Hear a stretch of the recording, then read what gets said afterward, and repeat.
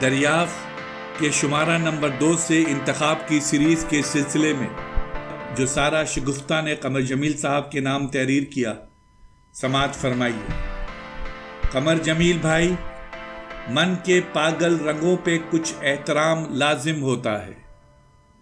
میرے کھلونوں کو بت مت بنائیے، انہیں کچھ کچھ ٹوٹنے دیجیے۔ مجھے سوسائٹی کی آنکھ سے مت دیکھیے، میں آپ کے در پہ دعا سے بھی افضل ہوتی ہوں، اور بات اپنے اپنے در کی ہے، مجھے تقسیم مت کریں۔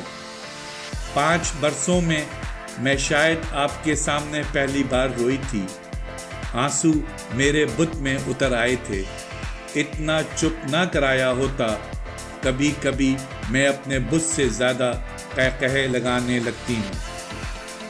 مذاق سے بڑا زہر کوئی نہیں ہوتا، صدیاں بوڑھی بھی ہو جائیں تو اپنے کھلونے نہیں توڑتی۔ 20-25 لوگوں کی گواہی پہ مت جائیں کہ آپ کے علم سے میں نے اتنے لوگوں کو جانا یا لوگوں نے مجھے جانا۔ آپ نے جو علم مجھے دیا ہے اس میں ایک سبق نہیں تھا، یعنی کہ ایک ورق سرے سے نہیں تھا، احساس کمتری۔ میرے جہل کا یہ کون سا پردہ ہے جو آپ نے مجھے آج تک نہیں پڑھایا؟ میرے ضمیر کے یہ کورے کاغذ کون سے ہیں؟ میرے ہاتھ سچائیوں سے زخمی ہیں۔ میں بدن تو ہو سکتی ہوں لیکن سوسائٹی کی بدرو نہیں ہو سکتی۔ میری روح سچائی ہے، اس لیے پھولوں کو ہنسنے سے مت روکیں، نہیں تو یہ مر جائیں گے اور موت اور گہری ہو جائے گی۔ آپ کے قدموں سے شروع ہوئی ہوں تو کائنات تک نہیں مروں گی۔